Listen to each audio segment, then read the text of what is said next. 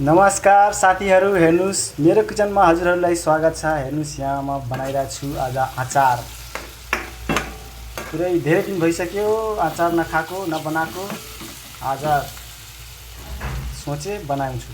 अब यसमा म के पकाइरहेको छु भनेपछि तेल, फोरन, रातो प्याज, सेतो प्याज, अदरक, लहसुन अनि धनिया, हरियो खुर्सानी यसमा छ टक्क। अनि मसला हाले छैन, खाली नुन, तेल अनि बेसार त्यति मात्र छ।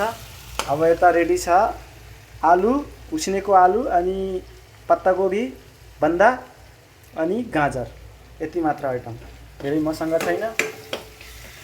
के हो भिडियो लामो हुन्छ भनेर त्यही भएर आधी पकाएर बल्ल भिडियो बनाइरहेको छु। सुरुबाट बनाउँदा धेरै लामो हुन्छ।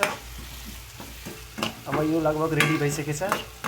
यो केही गर्नु पर्दैन, यो पनि रेडी छ। यसमा यो मिसाउने अनि चलाउने घोल्ने बस भयो टक्क। मस्त आज अचार मेरो त फेभरेट हो।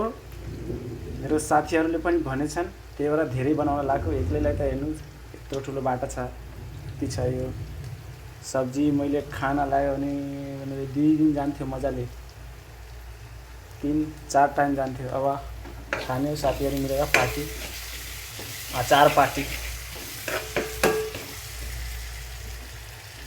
हेर्नु त गाजर, मस्त पत्तागोभी अनि आलु। घरको याद आइरहेछ। अब घर जस्तो त बनाउन सकिँदैन। घरमा आमाहरूले, दिदीहरूले एकदम राम्रो बनाउनुहुन्छ। त्यही पनि उहाँहरूलाई सम्झेर कोसिस गर्दैछु। मिठो हुन्छ भन्ने आश छ। अब के गर्ने, आफै बनाइन्छ, मिठो होस् नमिठो होस् खानै पऱ्यो। यहाँ भोक लागिसक्यो, रातिको 11 बजिसक्यो। 10 बजे छुट्टी हुन्छ रातिको। मजाले यो पाकिसकेछ।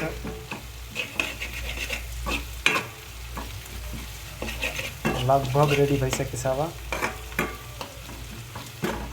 हेर्नु, नुन, बेसार, तेल, धनियाको पत्ता, रातो प्याज, सेतो प्याज, अदरक, लहसुन, फोरन, तेल यति मात्र, धेरै आइटम छैन। अब यो भइसक्यो।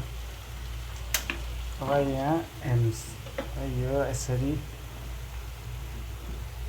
खानाइदिने हो। यहाँ बस यो चलाउने हो। चलाउन मिलेन, भयो रेडी भइसक्यो। हस्, धन्यवाद। मेरो भिडियोलाई लाइक गरिदिनु होला, सेयर गरिदिनु होला, मेरो युट्युब च्यानललाई सब्सक्राइब गरिदिनु होला। धन्यवाद।